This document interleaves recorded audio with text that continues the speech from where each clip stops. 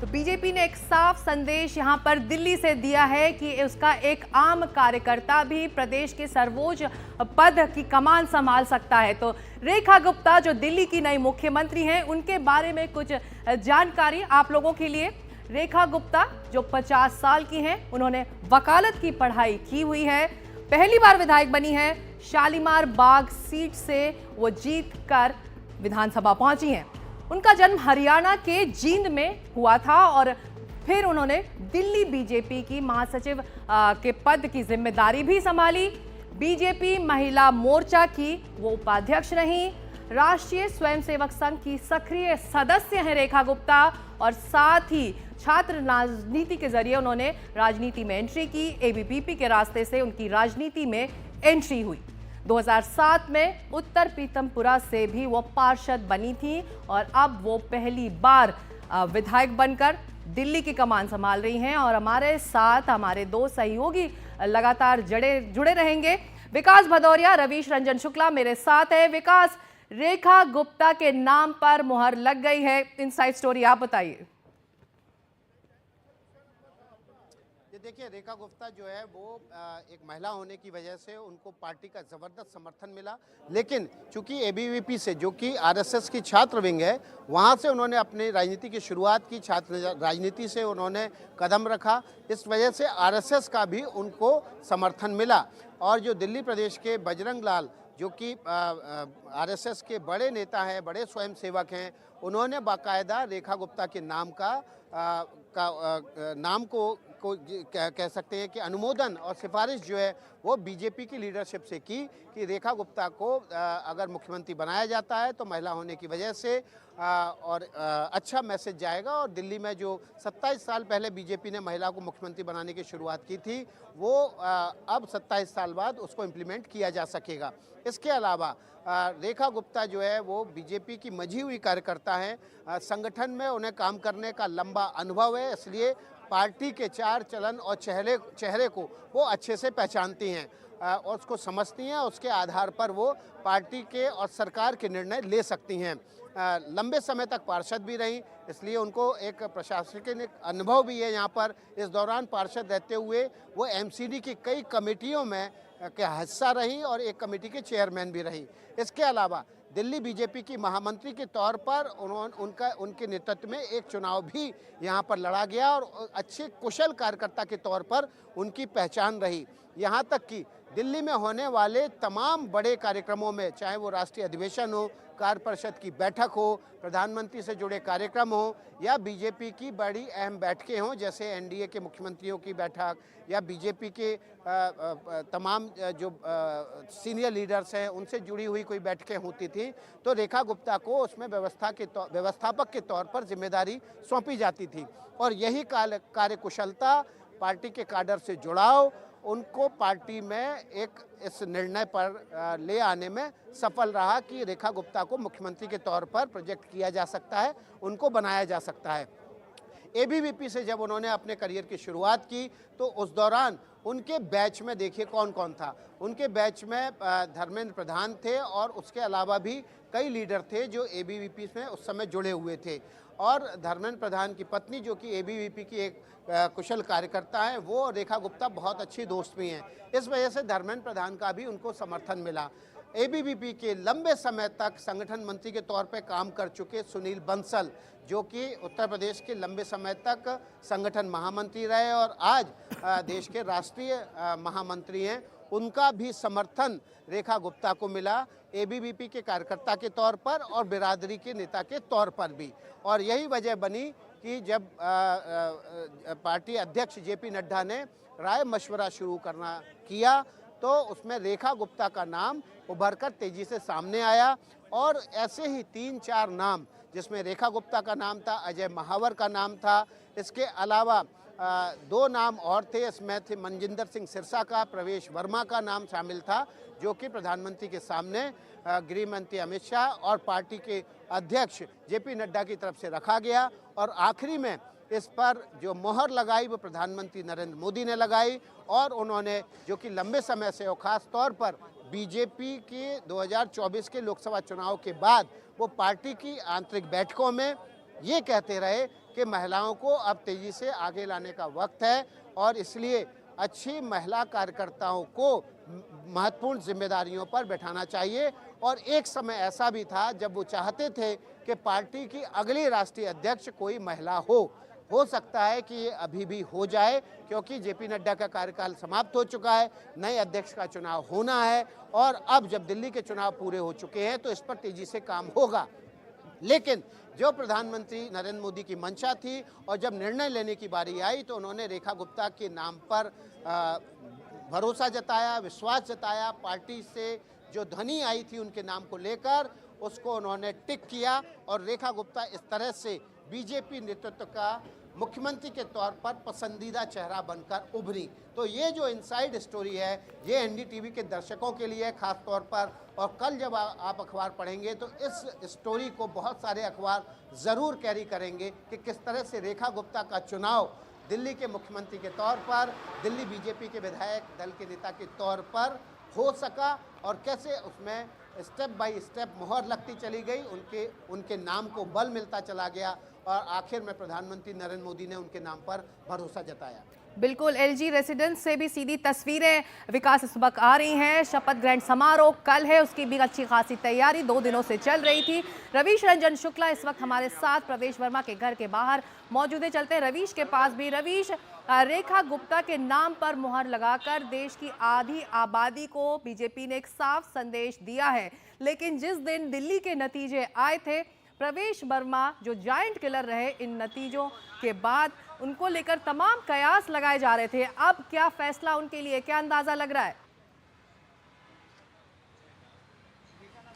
देखिए, मैं इस वक्त प्रवेश वर्मा के उसी बंगले के बाहर खड़ा हूं और आपको पूजा एक बार जरा दिखाइए कि बंगले के बाहर जो है वो सन्नाटा पसरा हुआ है। उनके लोग हैं, उनके समर्थक हैं, लेकिन वो सब घरों के अंदर हैं।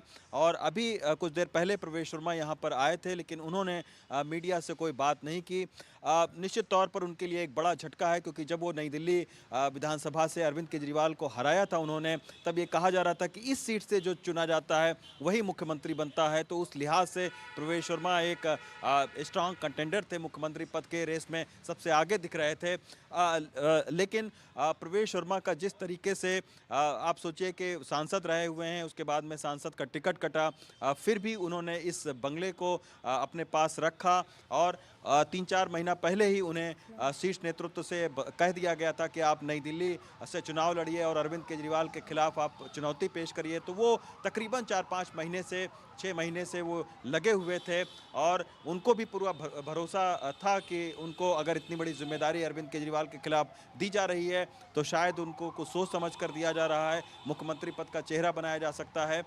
लेकिन आज एक बड़ा झटका लगा और मैं उस वक्त अंदर था, कुछ लोगों से मेरी बात हुई तो ये बताया गया कि जब जो है प्रस्तावक बनाया गया, खुद प्रवेश वर्मा को, सतीश उपाध्याय को और विजेंद्र गुप्ता को, इन तीनों सीनियर लीडर से जो है वो रेखा गुप्ता का इनको प्रस्तावक बनाया गया। इन लोगों ने रेखा गुप्ता के नाम को आगे रखा और उसके बाद में विधायक दल जो विधायक थे उन्होंने समर्थन दिया। तो निश्चित तौर पर इन तीनों ही वरिष्ठ नेताओं का नाम भी चल रहा था। लेकिन मुझे लगता है कि प्रवेश वर्मा को कोई ना कोई सरकार के अंदर एक महत्वपूर्ण जिम्मेदारी जरूर दी जाएगी, क्योंकि एक जाट बड़े नेता हैं और उन्होंने यहाँ पर बहुत मेहनत की है। बस एक जो है वो प्रवेश वर्मा के खिलाफ कुछ सूत्र बता रहे हैं कि ये चीज़ गई है कि वो बहुत ज़्यादा कार्यकर्ताओं से इंटरेक्ट नहीं करते हैं, वो कार्यकर्ताओं में उस तरीके से घुलते मिलते नहीं हैं। तो इसी के वजह से, उसी फीडबैक के आधार पर ये हो सकता है कि प्रवेश वर्मा जो है इस रेस में पीछे रह गए। लेकिन एक बड़ा झटका है, प्रवेश वर्मा की जो बॉडी लैंग्वेज है, जब वो निकले भी तब भी उनके चेहरे से दिख रहा था कि वो निराश हैं इस फैसले से। हालांकि भारतीय जनता पार्टी का अनुशासन है इस तरीके का कि कोई कार्यकर्ता उस तरीके से खुले तौर पर नहीं कहेगा, लेकिन जो हम लोगों ने उनका बॉडी लैंग्वेज देखा उससे यही है। यहाँ भी वो आए तो मीडिया का बहुत सारे लोग यहाँ हैं, उन्होंने बात करने की कोशिश की तो उन्होंने कोई जवाब नहीं दिया, उन्होंने हाथों से इशारा कर दिया कि वो कोई बात नहीं करेंगे, अंदर गए और उसके बाद में थोड़ी देर के बाद में वो फिर बाहर निकल गए। तो निश्चित तौर पर प्रवेश वर्मा के लिए एक झटका है, क्योंकि सारे लोग यही मान रहे थे कि नई दिल्ली में जिस तरीके से अरविंद केजरीवाल को हराया है तो वो एक मुख्यमंत्री पद के प्रबल दावेदार हो सकते हैं, लेकिन आज उनके लिए एक झटका ये रहा। हो सकता है कि उनको डिप्टी सीएम बनाया जा सके, लेकिन अभी फिलहाल इस तरीके की कोई खबर हम लोगों के पास में नहीं आई है। कल तक देखिए क्या निर्णय उस पर लिया जाता है। कल इस पर आखिरी फैसला हो सकता है और कल शपथ ग्रहण समारोह है। अब विकास, बीजेपी ने रेखा गुप्ता को मुख्यमंत्री बनाकर एक तीर से, सीधी तस्वीरें भी हम देख रहे हैं, एक तीर से दो निशाने लगाए। एक तो महिला होने के कारण निवर्तमान मुख्यमंत्री जो हैं आतिशी, उनकी काट निकाली है, तो दूसरी तरफ रेखा गुप्ता का वैश्य समुदाय से आना अरविंद केजरीवाल के लिए भी एक बड़ी काट है। रवीश, ये सवाल आपसे, विकास से हम बात करने की कोशिश करेंगे। रवीश जी बिल्कुल, क्योंकि रेखा गुप्ता देखिए हार चुकी थी चुनाव, लेकिन इस बार उन्होंने चुनाव हारने के बाद में वो शालीमार बाग से लगातार जो है वो लगी रहीं और उन्होंने कार्यकर्ताओं को भरोसे में लिया, वहाँ के मतदाताओं के बीच में बहुत मेहनत की। खुद वो 3 बार की पार्षद रही हुई हैं और उनका संगठन में एक लंबा इतिहास रहा है। दिल्ली विश्वविद्यालय में भी वो जो है अध्यक्ष रही हैं, तो निश्चित तौर पर उनके पास एक लंबा अनुभव रहा है। फिर जिस तरीके से RSS के साथ में उनके जुड़ी रही हैं, उससे भी लग यही रहा था कि एक महिला चेहरा दिया जाएगा, और उस महिला चेहरा में 2 ही नाम थे, एक शिखा रॉय थी और एक रेखा गुप्ता थी। तो उस रेस में रेखा गुप्ता ज़्यादा अनुभवी दिख रही थी, क्योंकि 3 बार वो पार्षद रही थी और उसके बाद में एक उनका संगठन में काम करने का एक तजुर्बा है। तो यही देखकर ये लगा कि आतिशी के खिलाफ उनको जो है वो एक मुख्यमंत्री बनाया जा सकता है, और जिस तरीके से उनको कार्यकर्ताओं के बीच सबको लेकर साथ चलने की योग्यता है, अभी तक बेदाग छवि रही है उनकी, तो इसी के वजह से रेखा गुप्ता को चुना गया। वैश्य समुदाय से आती हैं, तो उससे भी एक संदेश जो है वो दिल्ली की जनता के बीच में गया है, क्योंकि वैश्य समुदाय ने भी जो है इस बार बढ़ चढ़कर भारतीय जनता पार्टी को वोट दिया है, और न सिर्फ वैश्य समुदाय बल्कि मिडिल क्लास का भी कहीं ना कहीं वो प्रतिनिधित्व करती हुई दिख रही हैं। ये सीधी तस्वीरें रवीश, हम जब आपसे बात करें, सीधी तस्वीरें LG हाउस से आ रही हैं। रविशंकर प्रसाद के साथ रेखा गुप्ता वहां पहुंची हुई हैं। औपचारिकताएं अब क्या क्या होंगी रवीश? देखिए, LG के पास गए हैं और LG को एक पत्र दिया गया है कि सर्वसम्मति से जो भारतीय जनता पार्टी के जो विधायक हैं उन्होंने रेखा गुप्ता को अपना नेता माना है, और इसके बाद में LG जो है उनको आमंत्रण देंगे कि आप आइए, सरकार बनाइए। इसके साथ में एक ये भी पत्र दिया जाता है कि सारे विधायकों के मुख्यमंत्री बनाया जा रहा है। जी रवीश, वो कह रहे हैं कि ये बहुत अच्छा फैसला है, मुख्यमंत्री के तौर पर महिला का चुनाव। लंबे समय से महिलाओं का जो है समर्थन वो मिलता रहा है बीजेपी को। और देखिए,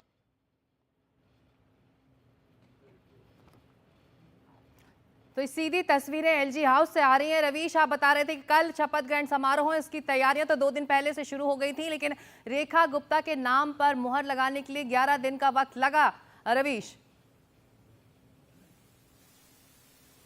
जी बिल्कुल, और देखिए यही एक सीक्रेसी है। आज जब रेखा गुप्ता आ रही थी तो कॉन्फिडेंट दिख रही थी, लेकिन बहुत सारे लोगों को ये नहीं पता था। हम लोग तो ये बता रहे थे कि वो रेस में सबसे आगे चल रही हैं, लेकिन चूंकि सस्पेंस और सीक्रेसी बहुत रहती है बीजेपी के फैसलों में, तो जैसे ही जब ये बैठक शुरू हुई उसके बाद में जब खोला गया और बताया गया इन 3 जो वरिष्ठ नेता हैं, सतीश उपाध्याय, विजेंद्र गुप्ता और प्रवेश वर्मा को, तो फिर इन लोगों ने अनुमोदित किया रेखा गुप्ता के नाम को, और फिर उसके बाद में रेखा गुप्ता को सर्वसम्मत से जो नेता विधायक दल का घोषित किया गया। अब नेता विधायक दल के तौर पर वो LG ऑफिस गई हैं, और उनके साथ में रविशंकर प्रसाद और OP धनखड़ जो कि 2 पर्यवेक्षक हैं, साथ में वीरेंद्र सचदेवा जो कि प्रदेश अध्यक्ष है वो भी उनके साथ में गए हुए हैं। तो LG के पास जाकर उनसे मुलाकात करके और फिर जो विधायक दल का समर्थन पत्र है उन्होंने LG को सौंपा है, और अब जो है वो एक ये औपचारिकता रह गई है शपथ ग्रहण समारोह की। कल तकरीबन 12:30 से ही आ रही हैं, जहां पर हम देख सकते हैं जय पांडा को, रविशंकर प्रसाद को, मासुरी स्वराज और रेखा गुप्ता खुद पहुंची हैं, और अब कल 12:30 बजे दिल्ली में मुख्यमंत्री की शपथ लेंगी रेखा गुप्ता। इस बीच हमारे सहयोगी विकास भदौरिया ने प्रवेश वर्मा से बात किया, ये सुन लेते हैं क्या कहा।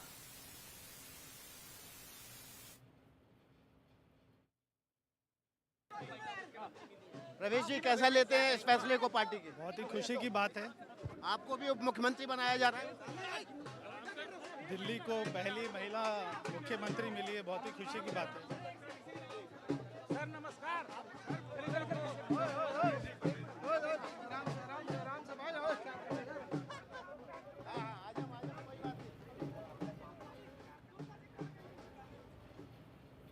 तो ढोल नगाड़ों के बीच प्रवेश वर्मा को हमने सुना, उन्होंने कहा कि मैं एक महिला को मुख्यमंत्री बनाया गया है, बहुत खुशी की बात है। क्या वो डिप्टी सीएम बनेंगे, इस सवाल पर उन्होंने कोई जवाब नहीं दिया है। रवीश, अगर आप हमारे साथ हैं, डिप्टी सीएम को लेकर क्या कयास लग रहे हैं? आपने कहा कि रेखा गुप्ता का नाम आपकी लिस्ट में भी था, लेकिन जो 6 और नाम कल शपथ लेंगे रेखा गुप्ता के साथ, उसमें कौन कौन से दावेदार हो सकते हैं? देखिए, बिल्कुल उसमें प्रवेश वर्मा एक प्रबल जो है वो डिप्टी सीएम अगर बनाया जाता है तो डिप्टी सीएम, वरना एक कोई अच्छा पोर्टफोलियो उनको दिया जा सकता है। वो एक बड़े जाट नेता के तौर पर युवा हैं, जाने जाते हैं और बाहरी दिल्ली मुंडका गांव से हैं वो, तो इसके वजह से प्रवेश वर्मा सतीश उपाध्याय चूँकि एक बड़े ब्राह्मण चेहरा हैं, दिल्ली के पूर्व प्रदेश अध्यक्ष बीजेपी के रहे हुए हैं, उनको भी पोर्टफोलियो मिल सकता है। तीसरा जो है वो आप देखिए, विजेंद्र गुप्ता के नाम के बारे में चर्चा है कि उनको स्पीकर बनाया जा सकता है, क्योंकि वो 3 बार के जो विधायक हैं वो रहे हुए हैं, तो उनको स्पीकर जो है वो बनाया जा सकता है। नगर निगम में भी वो काफ़ी समय से काम उन्होंने किया है। इसके अलावा जो अगर हम बात करें तो आशीष सूद का भी नाम, चूँकि पंजाबी वर्ग से आते हैं, तो उनको भी जो है वो एक पोर्टफोलियो दिया जा सकता है। अजय महावर हैं, वो भी 2 बार से विधायक रहे हुए हैं तो गोंडा से, उनको भी पोर्टफोलियो दिया जा सकता है।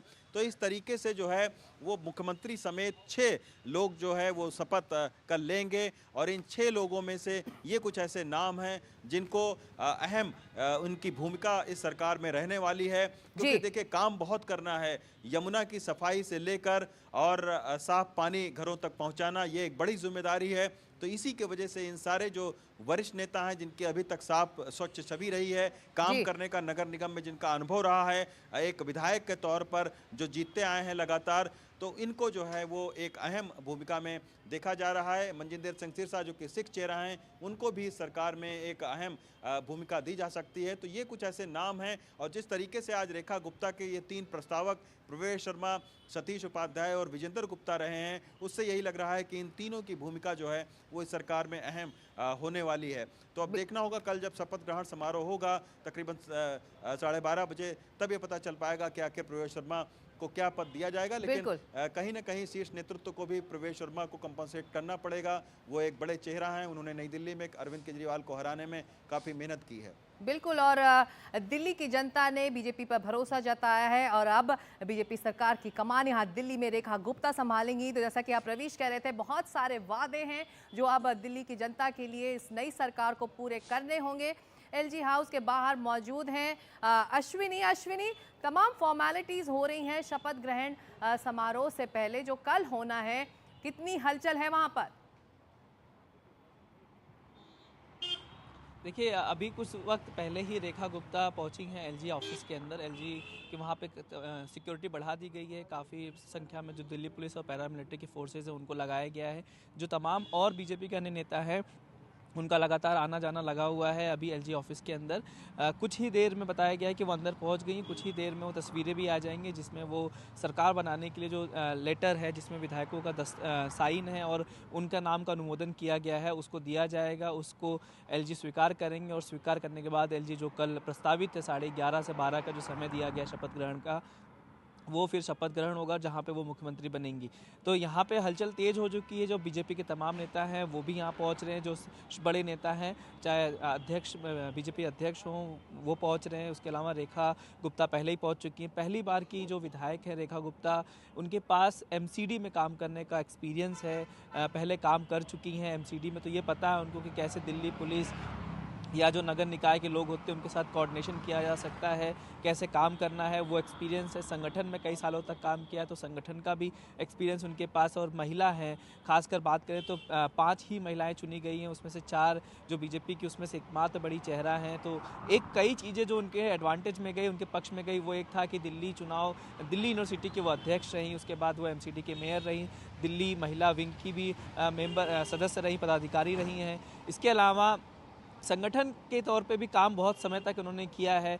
और MCD में जब वो काउंसलर रहीं तो वो कई कमेटीज़ की मेंबर रही हैं, तो उनको प्रशासनिक कार्य का जो अनुभव होता है वो थोड़ा बहुत वहाँ से उनको मिला है। तो एक महिला होने के कारण, एक महिला फेस, क्योंकि महिलाओं की संख्या पहले ही दिल्ली में कम है, तो अब ये देखना ये भी एक दिलचस्प होगा कि क्या इस बार दिल्ली में कहीं महिला CM बना महिला LOP तो नहीं हो सकता। ये भी एक दिलचस्प चीज़ है जो आने वाले दिनों में लोगों को देखने को मिलेगी, क्योंकि एक तरफ आतिशी अभी तक CM रही है और आने वाले दिनों में महिला CM के सामने महिला LOP अगर ऐसा होता है तो बहुत दिलचस्प होगा विधानसभा की एक कार्रवाई को देखना। विकास भदौरिया हमारे साथ है। विकास, रेखा गुप्ता के पक्ष में जो एक और बात गई वो उनकी छवि की रही, साफ सुथरी छवि वाली रेखा गुप्ता प्रबल दावेदार हमेशा से रही जब से चुनावी नतीजे सामने आए। देखिए, स्वच्छ छवि के तो बहुत सारे नेता हैं। अगर आप देखेंगे, उनका आपराधिक रिकॉर्ड देखेंगे, उनका राजनीतिक करियर देखेंगे तो जो 48 विधायक जीते हैं उसमें से बहुत सारे हैं जो स्वच्छ छवि के हैं।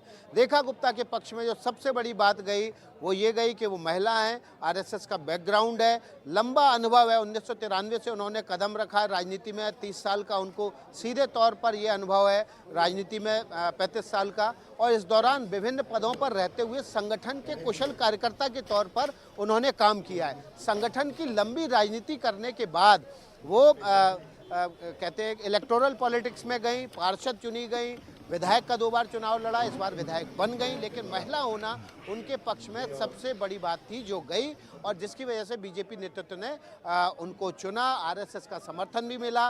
बीजेपी के उन बड़े नेताओं का जो ABVP के काडर से आज केंद्र में मंत्री हैं, ऐसे नेताओं का भी उनको समर्थन मिला, और जिसकी वजह से पार्टी नेतृत्व ने उन पर भरोसा जताया। लेकिन केवल यहीं तक बात खत्म नहीं होती है। अब जो जिम्मेदारी रेखा गुप्ता के कंधों पर डाली गई है वो निश्चित रूप से बहुत बड़ी है, और उनका जो जिसको कहते हैं कि जो तो पिछले बड़े नेताओं से या मुख्यमंत्रियों से सीधे सीधे उनकी जो तुलना होगी वो होगी। देखिए, उनकी तुलना होगी शीला दीक्षित से, उनकी तुलना होगी मदन लाल खुराना से, उनकी तुलना होगी अरविंद केजरीवाल से। अरविंद केजरीवाल विपक्ष के सीधे तौर पर नेता थे और उनकी पार्टी को हराने के बाद आए हैं, तो निश्चित रूप से अरविंद केजरीवाल ये मौका नहीं छोड़ेंगे कि हमारी सरकार होती थी तो हम ऐसे करते थे, बीजेपी ऐसे करती है। लेकिन शीला दीक्षित एक सफल मुख्यमंत्री के तौर पर रहीं, और उनके कार्यकाल में दिल्ली ने जो विकास की बुलंदियों को छुआ, हालांकि आखिरी का कार्यकाल था उनका, वो CWG गेम्स में भ्रष्टाचार की बलि चढ़ा, जिसकी वजह से अरविंद केजरीवाल को मौका मिला, उन्होंने शीला दीक्षित को सत्ता से बाहर किया, खुद मुख्यमंत्री बन बैठे। उससे भी होगी, लेकिन फिर भी शीला दीक्षित से तुलना होगी उनकी, और उनके कंधों पे जो बड़ी जिम्मेदारी होगी वो होगी दिल्ली के जो मूल स्वरूप है उसमें जो पिछले 10 साल की रुकावट आई थी, कोई डेवलपमेंट के प्रोजेक्ट नहीं हुए थे, नए फ्लाईओवर नहीं बने थे, दिल्ली में ट्रैफिक जाम की समस्या बहुत बड़ी हो गई थी, दिल्ली में बारिश में जल भराव और बाढ़ जैसे हालात एक बड़ी समस्या हो गई थी, दिल्ली में जो प्रवासी लोग हैं उनकी तादाद बहुत बड़ी है और उसके एवज में रोजगार के अवसर कम थे, वो एक बड़ी समस्या है जो उनके कंधों पर है, जिसकी पूर्ति उनको करनी है। और ये सब काम वो हैं जिनमें अगला कुछ वक्त लगा था। हमारे साथ मनोज तिवारी जब बात कर रहे थे, उन्होंने कहा कि मानसून आएगा तो पहली चुनौती हमारे सामने वो होगी, और पिछले 10 साल में चूंकि सीवेज के काम अच्छे से नहीं हुए हैं, इसलिए हो सकता है कि हमें उस समस्या से जूझना पड़े और कुछ आलोचनाओं का सामना करना पड़े। लेकिन बीजेपी को इन आलोचनाओं से काम करना, आलोचनाओं का सामना ही नहीं करना पड़ेगा, बल्कि ये भी सुनना पड़ेगा कि आपको पूर्ण बहुमत की सरकार दी है, अब इफ और बट नहीं चलेगा। तो रेखा गुप्ता के कंधों पे बड़ी जिम्मेदारी है, लेकिन उनके साथ एक बड़ा फायदा ये है कि बहुत बड़ा भरोसा जताया है दिल्ली की जनता ने बीजेपी की नई सरकार पर, और ये तमाम जो वादे हैं चुनावों में किए गए हैं वो पूरे करने होंगे रेखा गुप्ता की अगुवाई में। लेकिन ये बताइए, हम कुछ देर पहले रवीश से बात कर रहे थे, रवीश की लिस्ट में तो रेखा गुप्ता थी, कल 6 और लोगों को शपथ लेना है। आपकी लिस्ट में वो 6 और नाम कौन से हो सकते हैं, विकास? जी देखिए, अगर सूची की बात की जाए तो लगातार इस तरह के नाम हमारे पास आते रहते हैं, और जो अभी तक एलजी को सूची नहीं सौंपी गई है तो इसमें संशोधन के काफ़ी आसार हैं। देखिए, पंजाबी के तौर पर 2 नाम हैं, राजकुमार भाटिया, मनजिंदर और आशीष सूद। इनमें से कोई एक चेहरा निश्चित रूप से मंत्रिमंडल का हिस्सा हो सकता है, या फिर उसे किसी आयोग का अध्यक्ष बनाया जा सकता है। दिल्ली में बहुत कई एक आयोग हैं, जिसमें दिल्ली जल बोर्ड का जो दिल्ली जल बोर्ड है वो सबसे बड़ा है, और इसकी जिम्मेदारी निश्चित रूप से बहुत बड़ी होगी। इसके अलावा अगर आप देखें कि विजेंद्र गुप्ता जो कि बनिया समाज से आते हैं, अजय महावर बनिया समाज से आते हैं, अब इनका पत्ता कट हो जाएगा, क्योंकि ऑलरेडी बीजेपी ने बनिया मुख्यमंत्री दे दिया है। लेकिन ये बताया जा रहा है कि विजेंद्र गुप्ता जो है वो विधानसभा के स्पीकर बनाए जा सकते हैं, या सतीश उपाध्याय को स्पीकर बनाया जा सकता है। इसके अलावा अगर ब्राह्मण चेहरों की बात की जाए तो ओपी शर्मा जो कि 3 बार से विधायक हैं, वो ब्राह्मण चेहरा है, सतीश उपाध्याय ब्राह्मण चेहरा है, तो इनमें से किसी एक को मंत्री बनाया जा सकता है। पूर्वांचल के चेहरों की बात की जाए तो अभय वर्मा है जो कि पूर्वांचल का चेहरा है। इसके अलावा कपिल मिश्रा हैं, ये भी पूर्वांचल का चेहरा है, और इनमें से किसी एक को मंत्री बनाया जा सकता है। इसके अलावा देखिए, पवन शर्मा भी एक ब्राह्मण चेहरा है, बीजेपी का लंबे समय तक संगठन मंत्री रहे हैं दिल्ली के। लगातार तीसरी बार उनको टिकट दिया बीजेपी ने, 2 बार उनको पराजय का सामना करना पड़ा, इस बार लेकिन उन्होंने जीत दर्ज की है। तो देखना पड़ेगा कि इनमें से कौन, इन ब्राह्मण चेहरों में से किसे चुना जाता है। कैलाश गंगवाल ये वो चेहरा है जो कि जिन्होंने राखी बिरलान को हराया है, दलित चेहरा थी आम आदमी पार्टी की, तो ऐसे में कैलाश गंगवाल जो है वो मंत्रिमंडल का हिस्सा हो सकते हैं। मोहन सिंह बिष्ट सबसे वरिष्ठ विधायक हैं बीजेपी के दिल्ली में, उत्तराखंड का चेहरा है, और उत्तराखंड के लोगों की बड़ी आबादी दिल्ली में है। अगर दिल्ली में देखा जाए तो पूर्वांचलियों के बाद जो है पंजाबी और उत्तराखंड के लोग हैं, तो ऐसे में उत्तराखंड के चेहरे के तौर पर मोहन सिंह बिष्ट को भी जगह दी जा सकती है जी। इसके अलावा ये वो जो नाम है जो मंत्रिमंडल का हिस्सा हो सकते हैं।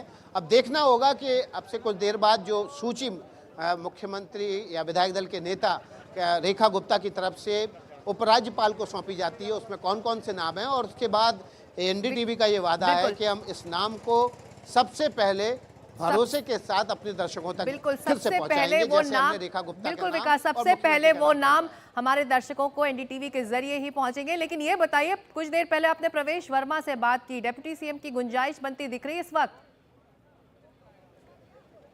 जी हाँ, बिल्कुल। देखिए, जो हमारे सूत्र बता रहे हैं उसके मुताबिक प्रवेश वर्मा को जाइंट किलर है, अरविंद केजरीवाल को हराया है, जाट वोट उनके पीछे खड़ा हुआ है, तो ऐसी सूरत में उनको उप मुख्यमंत्री बनाया जा सकता है। सूत्र हमारे इस बात की ओर इशारा कर रहे हैं। हालांकि बीजेपी का नेतृत्व इससे पहले ये भी कह चुका है कि दिल्ली जैसे छोटे राज्य में उप मुख्यमंत्री की क्या ज़रूरत है। लेकिन जिस वक्त प्रवेश वर्मा यहाँ से निकल रहे थे, हमने उनसे जब बात की, आप उस बाइट को सुनवा भी सकते हैं, उस बयान को उनके सुनवा सकते हैं। उन्होंने खुशी शब्दों में ज़रूर जाहिर की, लेकिन चेहरे के जो भाव थे, जो उनकी बॉडी लैंग्वेज थी, जो आँखों में आँखों की जिसको कहते हैं ना कहकही थी, वो ये बता रही थी कि वो इस फैसले से खुश नहीं है और नाराज हैं। हालांकि वो पार्टी के अनुशासित सिपाही हैं, क्या इससे आगे भी जाएंगे ये देखना होगा, क्या वो नाराज़गी जाहिर भी कर देंगे। लेकिन उनकी बॉडी लैंग्वेज, चेहरा और आंखें ये पढ़ने में साफ तौर पे बता रही थी कि वो इस फैसले से खुश नहीं है। वो मान के चल रहे थे कि जिस तरह से जाट वोट बैंक उनके साथ खड़ा हुआ है, अरविंद केजरीवाल को हराया है, उनको मुख्यमंत्री के तौर पर पार्टी नेतृत्व उन पर भरोसा करेगा। लेकिन अभी जो हमारे सूत्र बता रहे हैं उसके मुताबिक उनका उप मुख्यमंत्री बनना तय है। कल अगर शपथ होती है तो उनको उप मुख्यमंत्री के तौर पर वहाँ पर पुकारा जा सकता है। जी, रवीश, आप प्रवेश वर्मा के घर के बाहर मौजूद हैं। जिस दिन नतीजे आए, काफ़ी हलचल थी घर के बाहर और उनका परिवार भी लगातार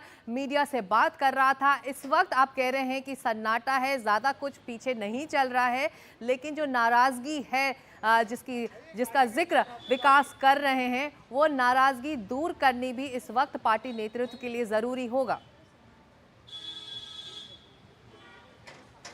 जी बिल्कुल, क्योंकि अभी तक प्रवेश वर्मा को जो है वो फ्रंट रनर कहा जा रहा था सीएम पद के दावेदार के लिए। अब उनको कंसोलेशन प्राइज से ही संतोष करना पड़ेगा। अगर वो डिप्टी सीएम उनको बनाया जाता है तो यही आप कह सकते हैं कि एक तरीके से क्षतिपूर्ति पार्टी की तरफ से की गई। लेकिन उनके घर के बाहर अब ना तो उस तरीके के समर्थकों के बीच में उत्साह है और ना ही जिस तरीके का जोश जब चुनाव उन्होंने जीता था तब दिख रहा था, उस तरीके का कोई जोश भी यहाँ पर नहीं दिख रहा है। कुछ देर पहले प्रवेश वर्मा अपने घर पर आए थे और उसके बाद में फिर यहाँ से चले गए, तो निश्चित तौर पर उनके लिए एक बड़ा झटका है। हालांकि जो प्रवेश वर्मा हैं, उन्होंने नई दिल्ली सीट को जीतने के लिए तमाम सारी जो चुनावी रणनीति है और बहुत मेहनत यहाँ पर किया था, वरना केजरीवाल लगातार जो है वो भारी मतों से लगातार वो जीत रहे थे। तो उनको ये तो श्रेय है कि उन्होंने अरविंद केजरीवाल को एक यहाँ से हार का मुंह दिखाया, लेकिन ये नहीं भरोसा था कि इस तरीके से होगा उनके साथ में, कि उनको नहीं बनाया जाएगा। और अब देखना है कि आखिर प्रवेश वर्मा इस पर क्या कुछ आने वाले समय में कहते हैं। लेकिन डिप्टी सीएम बनना उनका लगभग तय माना जा रहा है, जैसा अभी विकास बता रहे थे। तो अब देखते हैं उससे वो संतुष्ट होते हैं या नहीं। बिल्कुल, ये बड़ा सवाल रहेगा। और वो 6 नाम कौन से हैं जो हम अपने दर्शकों को बताएंगे। सबसे पहले विकास और रवीश इस पर नजर रखे हुए हैं। अश्विनी, आप कुछ देर पहले कह रहे थे कि अगर एलओपी आतिशी बनती हैं तो बहुत दिलचस्प हो जाएगा विधानसभा की कार्रवाई।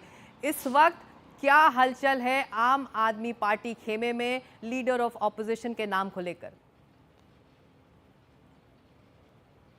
देखिए, पहले ये बता दूं कि जो अंदर रेखा गुप्ता गई हैं, उन्होंने सरकार बनाने के लिए जो लेटर है समर्थकों का, विधायकों के हस्ताक्षर वाला, वो दे दिया है। सरकार बनाने का दावा उन्होंने पेश कर दिया है, यानी कि ऑफिशियली अब सरकार बनाने का दावा बीजेपी ने पेश कर दिया है, जिसके बाद अब कल शपथ ग्रहण होगा। जो आपने कहा आम आदमी पार्टी में, तो आम आदमी पार्टी के कई नेताओं से लगातार बैठकों का दौर जारी, क्योंकि वो हार के बाद से कई राउंड की बैठक हो चुकी है। तो जब हम एक नेता से, बड़े नेता है आम आदमी पार्टी के, उनसे बैठ रहे थे, उनसे बात कर रहे थे, तो उन्होंने हमें बताया कि जहाँ तक पॉसिबल है कि आतिशी का ही नाम एलओपी के लिए रखा जाएगा। हालांकि कुछ पार्टी में कुछ लोगों की नाराज़गी इस बात से भी है, जिस तरीके से उन्होंने अपनी जीत का सेलिब्रेशन किया, उससे कुछ जो पार्टी के लोग हैं वो थोड़ा सा नाराज़ है, नाखुश हैं कि पार्टी की हार हुई और उन्होंने अपना कहीं ना कहीं आतिशबाजी की जीत का। हालांकि जो बड़े नेता हैं, उन्होंने ये कहा कि इस समय परफेक्ट वही दावेदार बनती हैं। और हम ये भी देख रहे हैं लगातार कि हार के बाद भी आम आदमी पार्टी में जो भी एकमात्र प्रेस कॉन्फ्रेंस डेली हो रही है, वो सिर्फ और सिर्फ आतिशी कर रही हैं, और वही आके तमाम मुद्दों पर बीजेपी के वादों पर, जो बीजेपी दावा करके सरकार आई है, उन सब पर लगातार वही बयानबाजी कर रही। तो एक तरीके से मैसेजिंग की कोशिश है कि उनकी तरफ से आतिशी ही होंगी। हालांकि कुछ कहा नहीं जा सकता, राजनीति कब करवट बदल ले, कब विधायकों की उनकी बैठक और वहाँ पे चेंज हो जाए, कोई भरोसा नहीं है। एक बात मैं बताना चाहता था दर्शकों से, जब मैं बीजेपी के ऑफिस में था और ये मीटिंग चल रही थी और तमाम कार्यकर्ता आए हुए थे सिकता, तो एक खुली जीप आई थी और वो खुली जीप प्रवेश वर्मा के साथ आई थी। उनके समर्थक बाहर खड़े हुए थे, जब टीवी न्यूज़ चैनलों पर देख रहे थे, जब उनका नाम चल रहा था तो वो नारेबाजी कर रहे थे, जय श्री राम के नारे लगा रहे थे और प्रवेश वर्मा जिंदाबाद के नारे लगा रहे थे। और वो जैसे ही उनका नाम नहीं आया, वो वैसे ही गाड़ी लेके तुरंत चले गए। इवन मैं जब पार्टी ऑफिस के अंदर गया, जब उन्होंने सबको मीडिया का अलाउ किया, तो हम अंदर गए तो तमाम पदाधिकारी जो थे, उनको भी विश्वास नहीं हो रहा था कि रेखा गुप्ता का नाम फाइनल होगा। जब हमने बताया कि वीरेंद्र सचदेवा ने नाम का प्रस्ताव किया, एनडीटीवी पे ये खबर आ रही थी सबसे पहले कि वीरेंद्र सचदेवा और तमाम जो बड़े नेता, उन्होंने जब प्रस्ताव किया तो उसके बाद रेखा गुप्ता का नाम हुआ। तो जब मैंने उनसे बताया, उन्होंने पूछा कि किसका नाम चल रहा, तो मैंने बताया रेखा गुप्ता का नाम फाइनल हो गया। तो कह रहे थे कि फाइनल पक्का हो गया। मैंने कहा हाँ, तो बोले कि ठीक है, अब तो वही बनेंगी। यानी कहीं ना कहीं पार्टी के अंदर और बड़े नेताओं को भी विश्वास नहीं था। इसलिए आप देखिए कि जब पर्यवेक्षक पहुंचे तो पहले उन्होंने जो बड़े 3 नेता हैं उनके साथ अलग से बैठक की। आपको याद हो जो विजुअल्स स्टार्टिंग में आए कि विधायक पहुंचे, पर्यवेक्षक पहुंचे, उसके बाद प्रवेश वर्मा, सतीश उपाध्याय और विजेंद्र गुप्ता के साथ पर्यवेक्षकों की अलग से बैठक। अश्विनी, जो आप कह रहे हैं, जो जिस नाम का चुनाव होता है, जो ऑब्वियस होता है, वो बीजेपी में नहीं होता है विकास। चाहे वो मध्य प्रदेश हो, राजस्थान हो, छत्तीसगढ़ हो या फिर ओडिशा हो, और अब दिल्ली। जो बात अश्विनी कह रहे, जो ऑब्वियस चीजें होती हैं, ऑब्वियस जो नाम चल रहे होते हैं, वाकई वो नहीं होता, नाम कुछ और निकल कर आता है। विकास? हाँ जी हाँ, बिल्कुल। देखिए, लेकिन इस बार जो है वो एनडीटीवी की खबर पर मोहर लगी है। एनडीटीवी लगातार दिखा रहा था पिछले कुछ दिनों से कि रेखा गुप्ता जो है वो मुख्यमंत्री की रेस में है, और आज सबसे पहले रेखा गुप्ता के नाम का ऐलान भी एनडीटीवी ने ही किया। इस बीच में आपको एक तस्वीर भेज रहा हूँ, बहुत दिलचस्प तस्वीर है। ये 1995 की तस्वीर है, जब रेखा गुप्ता ने, मैं आपको कैमरे पर दिखाता हूँ ये तस्वीर, जब रेखा गुप्ता ने डूसू के चुनाव में एबीवीपी के कैंडिडेट के तौर पर महासचिव पद की शपथ ली थी, और उन्होंने 1995 में एबीवीपी के कैंडिडेट के तौर पर डूसू के महामंत्री का चुनाव जीता था। ये तस्वीर आपको जो है, जो मैं आपको दिखा रहा हूँ, इसमें अलका लांबा भी दिखाई दे रही हैं, और अलका लांबा 1995 में जो है वो अध्यक्ष चुनी गई थी डूसू की। और ये तस्वीर जो है ये आगे आने वाले समय में और भी कई लोग शेयर ज़रूर करेंगे, साझा ज़रूर करेंगे। ये रेखा गुप्ता के छात्र जीवन के शुरुआती दौर की तस्वीर है। 1993 में उन्होंने 1993 में रेखा गुप्ता ने एबीवीपी अखिल भारतीय विद्यार्थी परिषद को ज्वाइन किया था। संघ की छात्र विंग है, आरएसएस की छात्र विंग को ज्वाइन किया था, और उसके बाद उन्होंने 1995 में उन्हें एबीवीपी ने डूसू के अध्यक्ष के तौर पर, डूसू के महामंत्री के तौर पर उनको फील्ड किया था। तो ये उस वक्त की तस्वीर है, और उस समय 1993 से जो उन्होंने अपने जीवन की शुरुआत की छात्र राजनीति के जरिए राजनीति में कदम रखा, तो अब 2025 में तकरीबन जो है 32 साल बाद वो पार्टी ने उनको अब मुख्यमंत्री के तौर पर पेश किया है, विधायक दल का नेता चुना गया है। तो ऐसी बहुत सारी तस्वीरें अब धीरे धीरे करके सामने आएंगी। और ये देखिए, ये तस्वीर 1995 की है, और इस तरह की और भी तस्वीरें हमें कुछ बीजेपी के कार्यकर्ता और उनके करीबी लोग भेज रहे हैं, और ये बताने के लिए काफ़ी है कि अगर आप राजनीति में धैर्य रखते हैं तो राजनीति में कहा जाता है जो धैर्यवान है वही धनवान है। तो रेखा गुप्ता ने लंबे समय से बीजेपी की राजनीति की। उस समय जब बीजेपी की राजनीति में कोई बहुत ज़्यादा जगह नहीं थी, कभी सरकार नहीं बनाई थी, लेकिन राम मंदिर आंदोलन के बाद बीजेपी का जो है उभार होना ज़रूर शुरू हुआ था। और धीरे धीरे जब बीजेपी आगे बढ़ने लगी तो पहली बार जो है उत्तर प्रदेश, मध्य प्रदेश और राजस्थान में उसकी सरकारें बनी थी। और उसके बाद 1996 में पहली बार बीजेपी की सरकार बनी थी 13 दिनों की, जब अटल बिहारी वाजपेयी प्रधानमंत्री चुने गए थे। और ठीक फिर एक साल बाद जब 98 में चुनाव हुआ तो फिर से बीजेपी की सरकार चुनी गई, और 13 महीनों की तब अटल बिहारी वाजपेयी की सरकार थी। तो ये जो बीजेपी के उभार का दौर था, उस समय उन्होंने, रेखा गुप्ता ने बीजेपी का साथ पकड़ा, और आज 32 साल बाद उनको धैर्य का फल मिला, और मुख्यमंत्री के तौर पर बीजेपी ने उनको आगे कर दिया।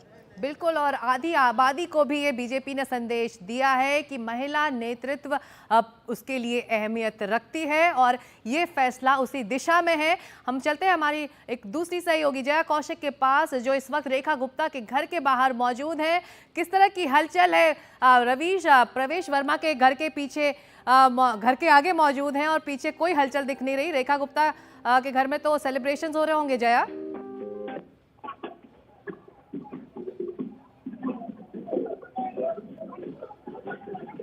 हम जया से बात करने की कोशिश करेंगे। जया इस वक्त रेखा गुप्ता के घर के बाहर मौजूद हैं। अब जो बात हम कर रहे थे विकास से, रवीश, आधी आबादी को एक साफ संदेश दिया है बीजेपी ने, और उसके बाद ही ये फैसला लिया गया, और 11 दिन की माथापच्ची के बाद बीजेपी के केंद्रीय नेतृत्व ने ये फैसला लिया। विधायक दल की बैठक में भरोसा जताया गया रेखा गुप्ता के नाम पर। अब रेखा गुप्ता को दिल्ली की कमान सौंप दी गई है, और कल शपथ ग्रहण समारोह है। 12:30 बजे दोपहर को रेखा गुप्ता अपने मंत्रिमंडल के साथ शपथ लेंगी। रेखा गुप्ता के अलावा वो कौन से 6 और नाम हैं, इस पर हमारी नज़र लगातार बनी हुई है। आप कहीं मत जाइए, जुड़े रहिए एनडीटीवी से, क्योंकि ये नाम आपको यहीं मिलेंगे।